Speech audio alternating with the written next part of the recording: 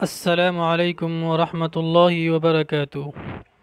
امید ہے کہ طلبہ عزیز خیریت سے ہوں گے اور اپنے آن لائن اسباق سے مستفید ہو رہے ہوں گے۔ تو اس سے پہلے کے محاضرے میں اغراض مجازیہ کی بحث چل رہی تھی، اس میں سے کچھ اغراض کا تذکرہ ہمارے سامنے ہو چکا تھا اور چند باقی تھے۔ انشاءاللہ آج مابقیہ پر کلام کیا جائے گا۔ تو ندبہ سے باقی تھا، لہذا اغراض مجازیہ میں سے یعنی ندا کے اغراض مجازیہ میں سے ندبہ بھی ہے۔ ندبہ اظہار غم کرنا، اپنی مصیبت کا اظہار کرنا۔ آپ جس چیز سے غمزدہ ہیں، جس چیز سے آپ تکلیف زدہ ہیں، اس پر اپنے غم کا اظہار کرنا ندا کے ذریعے سے۔ اس میں عام طور سے الف لگاتے ہیں، یعنی جو منادہ ہوتا ہے جس سے آپ تکلیف زدہ ہیں، متوجہ علیہ، جس پر آپ غم کا اظہار کرنا چاہتے ہیں، تو اس کے نام کے آخر میں الف لگائیں گے اور اس کے بعد ہاء لگائیں گے، جیسے یا زیدہ، یا زیدہ یا وا زیدہ، دونوں کہہ سکتے ہیں، یا زیدہ وا زیدہ، تو اس کو ندبہ کہتے ہیں۔ جیسے یا ابتہ الی جبرائیل ننعاہ، اے میرے ابو جبریل کو ہم آپ کی موت کی خبر دیں گے۔ تو اس میں حضرت فاطمہ رضی اللہ تعالی عنہا کا یہ قول ہے جو انہوں نے آپ علیہ السلام کی اس دنیا فانی سے رخصت ہو جانے کے بعد کہا تھا۔ تو یہاں پر یا ابتا یہ توجہ طلب کرنے کے لیے نہیں ہے، یہ کسی کو اپنی طرف مائل کرنے کے لیے نہیں ہے، آپ صلی اللہ علیہ وسلم کو اپنی طرف مائل کرنے کے لیے نہیں ہے، بلکہ غم کا اظہار کرنا ہے۔ تو معلوم ہوا کہ یہاں پر بھی ندا کے اغراض مجازیہ میں سے غم کا اظہار کرنا بھی ہے۔ آگے دیکھیے تعجب، جیسے رب انا یکون لی ولد ولم یمسسنی بشر، مجھے بچہ کیوں ہوگا، مجھے تو کسی انسان نے چھوا بھی نہیں ہے۔ تو یہاں پر ربی یا محذوف ہے اور یہ منادہ ہے، رب کیا ہے، منادہ ہے، لیکن یہاں پر توجہ طلب کرنے کے لیے نہیں ہے، بلکہ یہاں پر بھی اغراض مجازیہ میں سے ایک غرض کے لیے ہے اور وہ تعجب ہے۔ جیسے رب انا، اے میرے رب، یعنی مجھے ایسا کیوں ہوگا، مجھے بچہ کیوں ہوگا، مجھے انسان نے چھوا تک نہیں ہے اور بغیر چھوئے چونکہ بچہ نہیں ہوتا ہے۔ امید ہے آپ کو بات سمجھ میں آ گئی ہوگی۔ آپ نے امتحان میں پیپر نہیں لکھا، پھر بھی آپ کو استاد نے کامیاب کر دیا، آپ کہیں گے یا استاد انا ما کتبت شیئا حتی انا ما حضرت، یعنی میں نے کچھ لکھا ہی نہیں ہے استاد، میں پاس کیسے ہو گیا۔ تو یہاں پر استاد کی توجہ طلب کرنا یہاں پر بھی نہیں ہے، بلکہ تعجب ظاہر کرنا ہے۔ آگے تحقیر، ندا کے ذریعے سے کسی کی تحقیر مقصود ہو، جیسے یا صالح قد کنت فینا مرجوا، اے صالح تم تو ہمارے اندر بڑے ہونہار تھے۔ تو یہاں پہ صالح علیہ السلام کی تحقیر مقصود ہے، نہ کہ ان کی توجہ طلب کرنا مقصود ہے۔ لہذا یہاں پر بھی یا جو حرف ندا ہے، ندا یہاں پہ غرض مجازی کے لیے یعنی تحقیر کے لیے ہے۔ مثلا آپ نے کہا یا زید ہل کنت سارقا، آج وہ زید آپ کے سامنے متقی بن گیا ہے، لیکن پھر بھی آپ کیا کہہ رہے ہیں؟ یا زید قد کنت سارقا۔ تو یہاں پر اس کی تحقیر مقصود ہے، یہاں پر توجہ طلب کرنا مقصود نہیں ہے۔ آگے دیکھیے، تحیر و تحیر اور تضجر یعنی حیرت و بے چینی ظاہر کرنا۔ تحیر و تضجر حیرت و بے چینی ظاہر کرنا، جیسے رب انا یکون لی غلام وقد بلغنی الکبر، اے میرے رب مجھے بچہ کیوں ہوگا جبکہ میں بوڑھا ہو چکا ہوں۔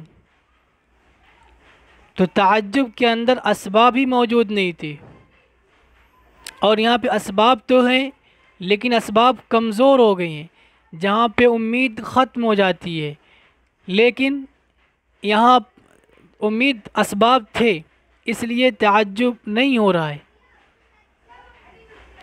تو معلوم ہوا کہ تعجب کے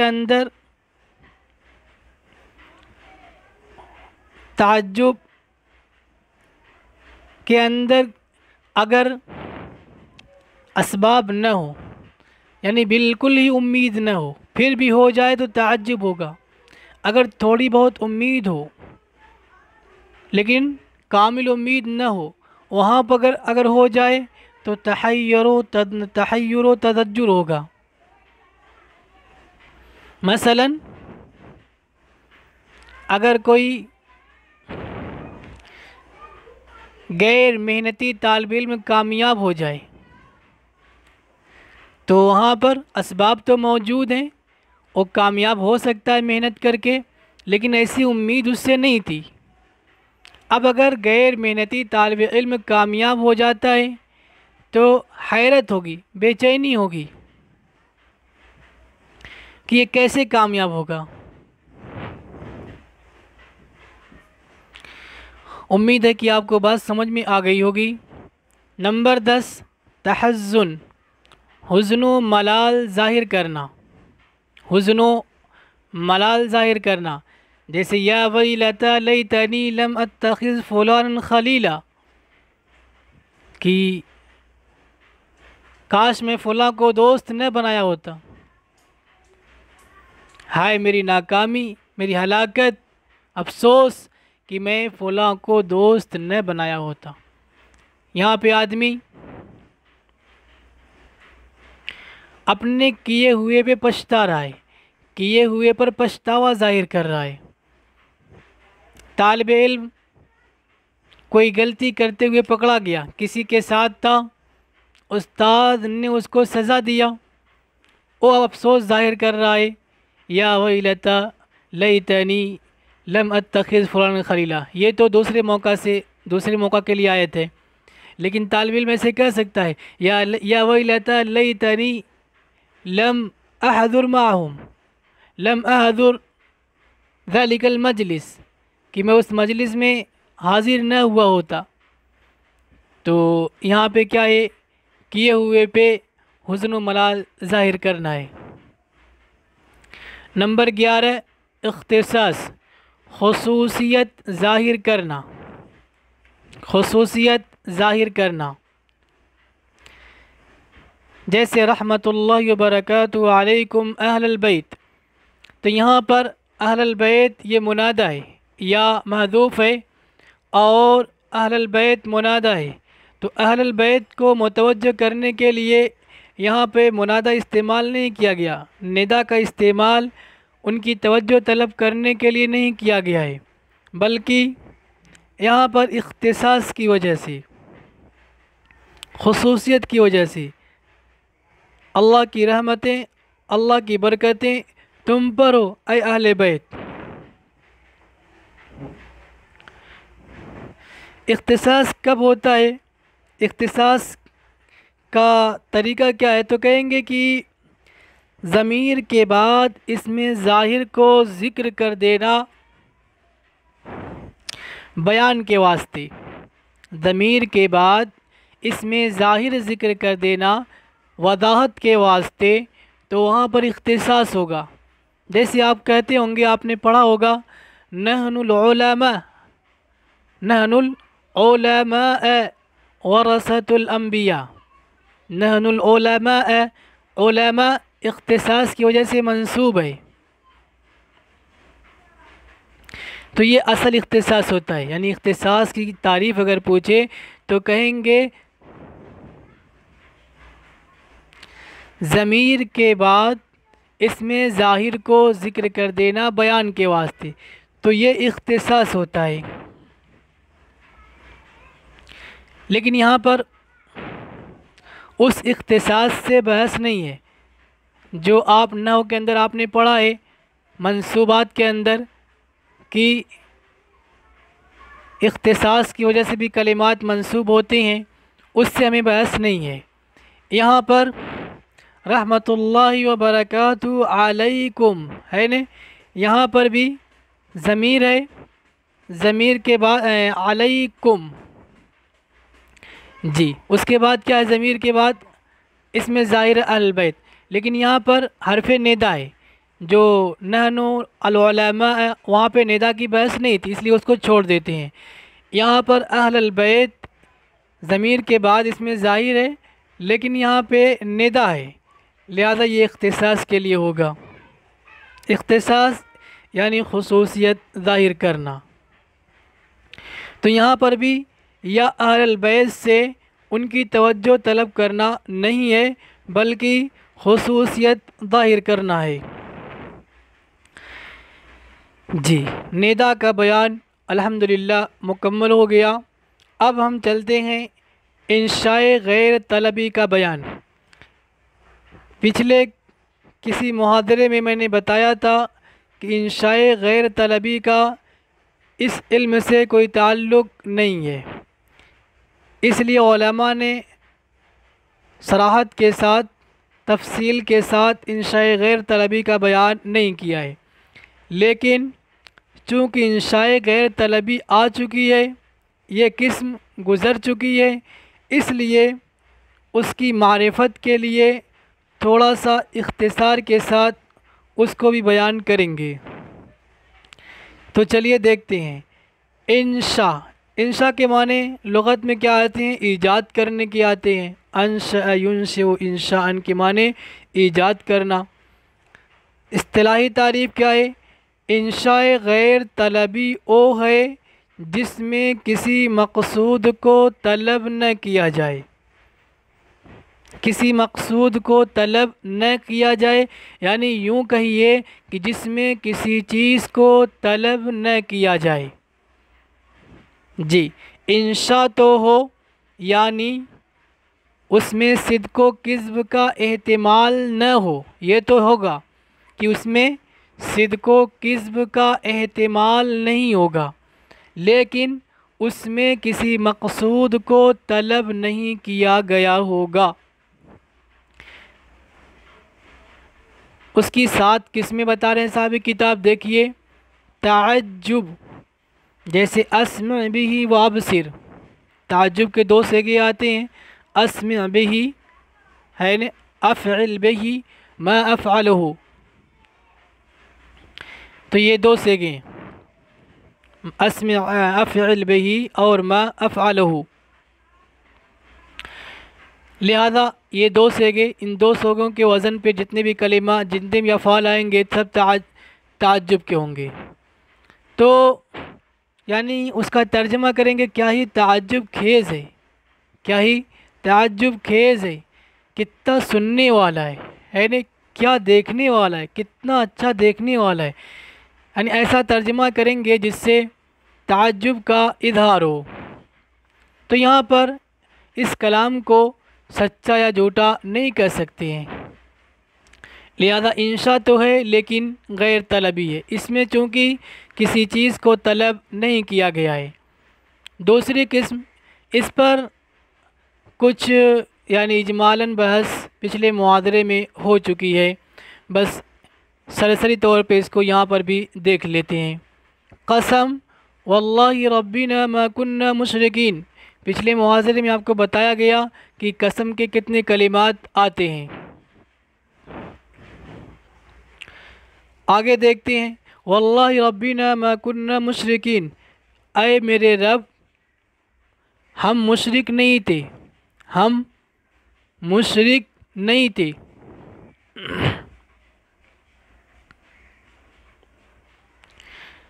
قسم بخدا اے ہمارے رب ہم مشرک نہیں تھے، تو یہاں پہ واللہ، اللہ کی قسم، اتنا اگر آپ دیکھیں گے تو اس میں سچ اور جھوٹ کی گنجائش نہیں ہے، لہذا انشاء ہوگا، لیکن اس میں کسی چیز کو کسی سے کوئی چیز طلب نہیں کی گئی ہے، لہذا یہ غیر طلبی ہوگا۔ آپ کی یاد دہانی کے لیے بتا دوں کہ پچھلے محاضرے میں جو 4 کلمات بتائے گئے تھے قسم کے، شاید آپ کو یاد ہوں گے، لیکن یاد تازہ کرنے کے لیے با، تا، واو اور لام ہے۔ افعال رجا جو امید پر دلالت کرتے ہیں، وہ افعال جو امید پر دلالت کرتے ہیں، جیسے یکاد البرق یخطف ابصارہم، قریب ہے کہ بجلی ان کی آنکھوں کو اچک لے۔ جی، تو اس جملے کو بھی آپ سچا اور جھوٹا نہیں کہہ سکتے، یعنی یہ نہیں کہہ سکتے کہ اس میں صدق اور کذب کا احتمال ہے، صدق یا کذب کا احتمال ہے، ایسا نہیں کہہ سکتے ہیں، لہذا انشاء ہوا، لیکن اس میں بھی کسی چیز کو طلب نہیں کیا گیا ہے، لہذا یہ بھی غیر طلبی ہوگا۔ پیچھے افعال رجا سے متعلق بھی بحث گزر چکی ہے۔ افعال مدح و ذم، افعال مدح و ذم، مدح و ذم کے لیے جو افعال آتے ہیں، جیسے نعم الثواب و بئس المہاد، نعم الثواب ہو کتنا اچھا بدلہ ہے، یعنی اچھا بدلہ ہے، اور برا ٹھکانہ ہے۔ اسی طریقے سے پچھلے محاضرے میں بتایا تھا کہ ان کے جو قائم مقام ہوتے ہیں وہ بھی افعال مدح و ذم میں آئیں گے، جیسے میں نے بتایا تھا غالباً حبذا لا حبذا ہے نا، اسی طریقے سے حبذا نعمہ کے قائم مقام ہوگا، لا حبذا بیسا کے قائم مقام ہو جائے گا۔ اسی طریقے سے پچھلے محاضرے میں یہ بات بتائی گئی تھی کہ وہ افعال جو فعول سے آتے ہیں اور حسن یا قبح پر دلالت کرتے ہیں وہ بھی اس میں داخل ہوں گے، جیسے حسن اور خبوث ہے۔